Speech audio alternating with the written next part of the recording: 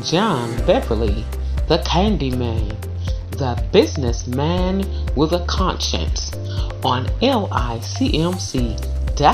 radio every Saturday at 3 p.m.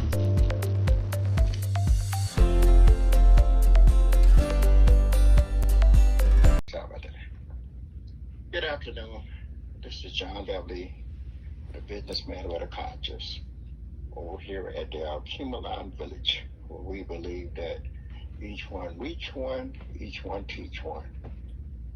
One brick, one building, one block at a time. And most important, we often try to figure out what can we do to help one another and in reaching, and how can we reach each other. And over the years, and if you have noticed and listened to some of my talks, I try to encourage, uplift our fellow man as well. But over the years and here lately, I've been watching and seeing a lot of stuff is going on. And a question was brought to me, and I was reminded, when do a man become a man? How do he know that he is a man other than he was born a male? Is it at the age of 16, 18, 21? Because he can drink legally, because he can perhaps buy a house or a car in his own name, or because he could do whatever he want to do when he want to do it. Well, I found out that not only it's not the ages and it's not when you're able to do what you want to do when you want to do it, but I found out that there are some men that don't become a man until the age of 30, 35, 45, 50, and 60, and even some is even older, unfortunately. And what happens, they're still doing a lot of the same things that they was doing when they was a child. Sometimes a male at the age of 16 to 18 to 21 thinking he's a man because he has made a baby, and the child is calling him dad or father or whatever. But there's a lot more to that. There becomes obligations, responsibilities. Are you responsible? Are you obligated? Can you take care of your own, not just physically, but mentally, spiritual as well? Can you make the right decisions? Do you make the right decisions? That was a time in my life when I would go to St. Louis on vacations. And I had an uncle there, and every year he would ask me, he said, "Boy, have you become a man yet?" And with my chest stuck out, knowing that I had, I said, "Yes, sir." And he would bust my bubble every time and say, "No, you're not." And I looked at him and I couldn't understand, and I didn't really think about it, because the only thing I was really thinking more or less like some of us. But I had a job, I was making money, I had a car, I had a family, and I was doing what I wanted to do and couldn't afford to do what I wanted to do. But as you often hear me talk about decisions, and the following year I would go back, and some of my decisions still hadn't changed. And I would see him, and I knew that he was going to ask that question, and I was ready for him. He said, "Boy, have you become a man yet?" I said, "Yes, sir." And he would bust my bubble again. And it got to the point that every year that I went there for about 5 or 6 years, and he would ask that question, got to the point I almost didn't want to see him. But one year I went, And he told me, he asked the question again, and I didn't want to answer him. I really wanted to give him a piece of my mind. But I thought about it before I said anything, and I just answered the question, yes, sir. And he said to me, to my surprise, that you have become a fine young man, and I'm proud of you. And that meant the world to me. Not that I had to prove anything to anybody, but I realized that it wasn't because I had a couple more dollars in my pocket and could fill up a tank of gas and could pay a house note and take care of my kids. But it was because that I had become more responsible, obligated, and making better decisions. And then sometimes in making those decisions, here, when you see someone doing something, they always say something. When you see someone in need, do something. And if you often hear me say, my father would always encourage me, say, son, the only time you look down on a man is when you picking him up. And when you begin to see a man, or anybody in particular, man, woman, boy, girl, whatever, needs to look up, and you look and you see that they need some help, lend that hand. Be responsible. Be obligated. There was a movie that said, am I my brother's keeper? I said that about my biological brother. And I said it, I asked the question, am I my brother's keeper? And I said it all slunched over and as if I had 1,000 pounds on my back. But because of the love that I had for him and the caring and the concern, I said, yes, I am. And I just want to speak about some friends of mine and people, and sometimes you could think about these different conversations that I perhaps talk about from one time or another. But my intentions, I'm not trying to tell anyone anything. It's just that I want to give someone something to think about. Think about the decisions that you make. Got up one morning and I hesitated that we had a storm. And there was just so much snow out there, and I really didn't want to be bothered. But I had a neighbor, his name is Cliff. And me hesitating, a couple of hours later, I heard him out there plowing and shoveling his snow. But to my surprise, when I got up and went out, he had did mine as well. And I called him and thanked him and let him know that I appreciated him. And a couple of days later, it snowed again. And I got up, and by the time I got up, he had shoveled my snow again. And I appreciated that. I really did. But what it taught me is that I had a concerned neighbor. And he wasn't just thinking about himself. And a man don't just think about himself, he thinks about others. He thinks about the things that he does and how it affects others. Husband, wives, boyfriend, girlfriends, friends, period, in general. The things that we do, decisions that we make, don't just affect us. It affects our surrounding. It affects our families. It affects our neighbors. It affects your husband and wife, your significant other, whoever that might be, boyfriend, girlfriend. Sometimes, well, I'm grown and I do what I want to do. But being grown, you do what you want to do, but it's not all the time. You should think about it and take it into consideration. If I do this, how would it affect my mother? How would it affect my wife? How would it affect my children? How would it affect my friends? Not that you care about what people think about you or what they say about you, because we are our own.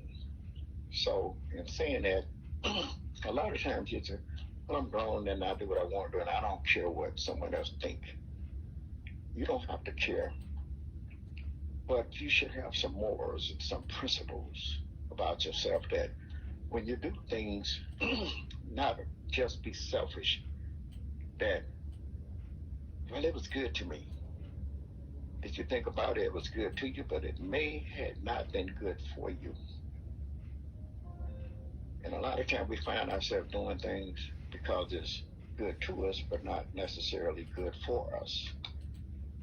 My neighbor Cliff across the street, we find ourselves looking out for one another. And sometimes I would take him to pick up different things that he wasn't able to pick up himself. I'm not telling you that makes you a man, but the decisions that you make helps to be a character. My father, I watched him as he grew up, and he did things, how he went to work, he had a family, he went to work, he paid his bills, he made sure the light bill, the gas bill, everything was paid, he made sure that there was food on the table. He was responsible. You have to learn how to be responsible, and like I say, considerate of others, taking care of business. If you take care of your business will take care of you. When I moved in this neighborhood, and the people didn't know me and I didn't know them, but they took pride in what they have over there. And you should take pride in what you have, whether it's your home, whether it's your family, whoever it is. And to take pride is to maintain, to take care of the things that need to be taken care of. My father, he maintained and took care of his family. He did what he needed to do. Sometimes when they ask that question, are you a man yet? Well, we're still little boys in some cases in learning. And once we learn how to be a man, once we learn how to make those decisions and start doing the right things and start doing the things that's more or less good for us, not what's good to us, you find yourself reaching and seeing things. When you walk down the hallway and somebody drop some paper, you bend down and pick it up and throw it in the garbage can, because it's important to you the way things look. A lot of us will step over it. A lot of us, if someone asks you to pick it up, you say, well, I didn't put it down there. It don't matter who put it down there. Be a part of the solution, not a part of the problem. Each one reach one, each one teach one. We should motivate one another. We should always try to lift one another up. I come home one day and I didn't have a lawnmower, so I couldn't cut the grass. But I had a note in the door, and my neighbors, whoever they were, it was anonymous. But they let me know that we in this neighborhood take pride in what we have. So you should take pride in what you have, in who you are. You can stand up, lift your head up, stick your chest out. And there's nothing like appreciating something that you have done yourself. At the time, I didn't have a lawnmower, so I couldn't cut my grass. And I couldn't find one. Eventually I did, found a landscaper, but they made sure that I knew if I didn't take my garbage out on time, the weeds was growing all out of place. But over time, I began to get things together, and my stuff started looking good to me. And when your stuff looks good to you, it's a domino effect. And if you notice, when you hit that domino, one falls, and then it's a domino effect, and just one, they just keep falling, unless you pick one out of place. And sometimes that one out of place can be you. So when you get back in place, you become part of the solution, as well as everybody else is proud of their stuff. You be as proud of your stuff as well. You can be proud of yourself for being a part of something that doing something constructive. My brother used to would say, the way he still says it, many hands make light work. One person in the neighborhood can't clean up the whole neighborhood, but if everybody get together, they can make something happen. And you show that you care, even if you don't do anything, you can say something. And I didn't take it negative because I knew what I had to do. It didn't make me feel good because I got a letter in the mailbox telling me that I wasn't keeping my property up. But I didn't get upset and let it just be any kind of way. As opportunity presented itself, I began to take care of my own stuff and try to make it look good. And every now and then I get an opportunity when it snows or whatever. I get out there before my neighbor get out there, and sometimes after shoveling mine, I go over and shovel his driveway, walkway, and everything. The other day, Sunday, he came out, and not only did he do the drive walk, he even shoveled the steps, the porch. And I just wanted him to know that I really I appreciate my neighbors because they are mine. And they watch and make sure that everybody's okay in the neighborhood. And that's what we all need to do. When we see something, say something. Don't just let stuff happen. Try to do something positive and constructive with your life. And somebody said, well, this happened and that happened. Yeah, I saw it, but I did something about it. It's good when you can stick your chest out and hold your head up high and say it. And when you see something that happened or somebody is coming up and you look over and say, hey, I was a part of that. And I want to say to my producer, I want you to know that I appreciate you being the woman that you are in maintaining and running the business that you're running and reaching out to people that you're reaching out to, because you thought enough of me and saw that I needed some help and you lent a hand. You and your family. And I believe in giving credit and honor where honor is due. They sing a song, say, give me my flowers while I yet live, while I can smell them, while I can see the beauty that they bring. Here at the village, we believe in each one reach one, each one teach one brick, one block, one building at a time, saving the babies. Thank you for listening. This is John Beverly, the businessman with a conscience. Have a good day. AKUBELAN presents a grand opening Saturday, March 5th, 2022 at 2 p.m.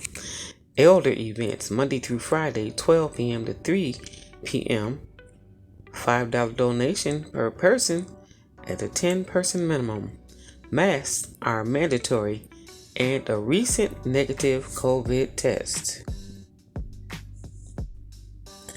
AKUBELAN Village presents youth field trip events Fridays 4 p.m. to 6 p.m. and 6 p.m. to 8 p.m.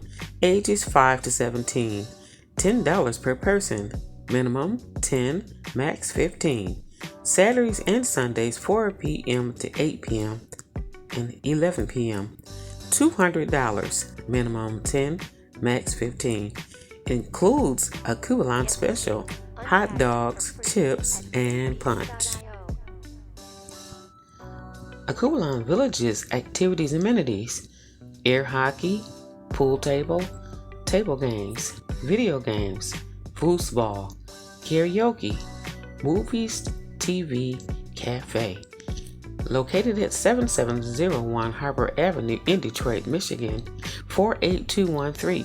For more information or to schedule, call 313-921-1616, 313-921-1616. Credit cards, checks, cash apps, and Zelle accepted. It's our pleasure to serve you. Culinary pleasure. Have your next social event here at AKUBELAN Village. Recreation, Entrepreneur Cafe, Culinary Pleasure, Recreation, Education, Culture. For more information, call 313-921-1616, 313-921-1616. John Beverly, the Candyman, the businessman with a conscience, on LICMC.net radio every Saturday at 3 p.m.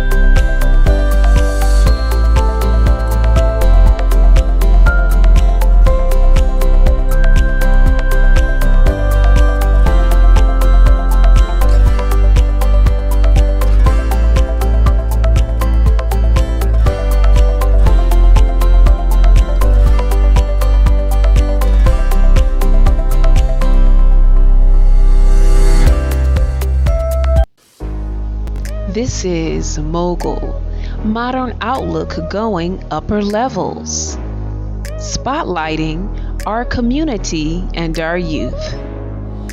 Be on the show. Connect with us at 419-245-4979. That's 419-245-4979. Or email londondoors@gmail.com.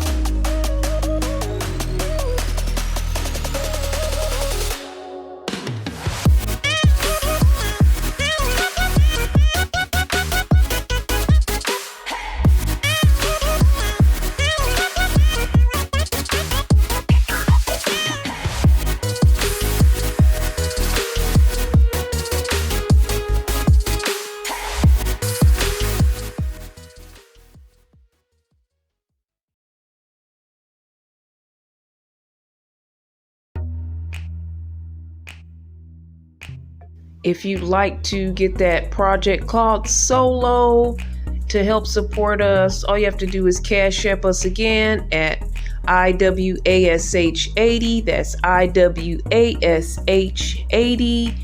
And when you Cash App us, also leave your email so we can send you the project.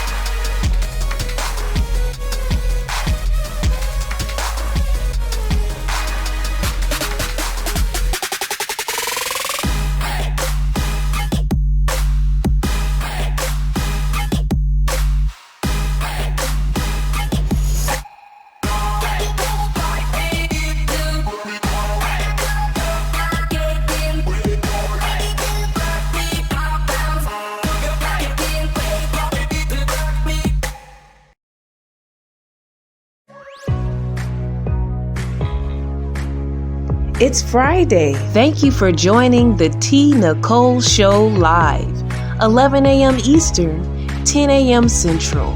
You can connect with her on her website at ThereseTeasley.com. This is Willie Johnson, an ADI virtual actor. Hey, check us out. Our second radio station, LICMC2 Radio. This is Willie Johnson. Looking forward to you listening to us. Yeah. Thank you for listening to LICMC.net radio. Now listen to LICMC Radio 2. We have LICMC.net and LICMC Radio 2. You can access both by going to ldwcenterprise.weebly.com/radio. That's ldwcenterprise.weebly.com/radio. Listen to LICMC Radio and LICMC Radio 2. We have radio time and commercial spots available right here at LICMC for unbeatable prices. To get your spot today, give us a call at 419-245-4979. That's 419-245-4979. Get your spot today, right here on LICMC Radio. London D. Washington Community Enterprise. TV, radio, film, production, broadcasting. You may call 800-875-0674. You may also contact us at our email, londondoris@gmail.com. LONDENDORIS@gmail.com. You also can check our website at ldwcenterprise.weebly.com. That's ldwcenterprise.weebly.com. London D. Washington Community Enterprise, at your service. Join London Washington on Facebook Live for drama from the ADI Actors Club. That's Wednesdays at 2 p.m. and running here at the same time, Wednesdays at 2 p.m. right here on LICMC Radio. Friends, a ADI Actors and V-Mogul Actors Club presentation.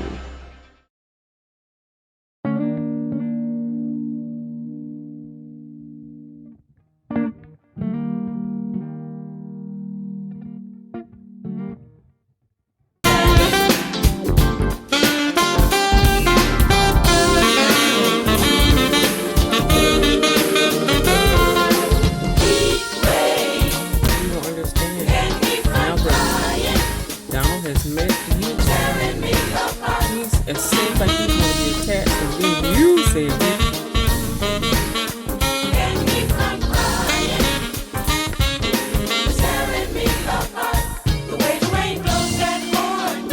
Friends, a ADI Actors and V-Mogul Actors Club presentation.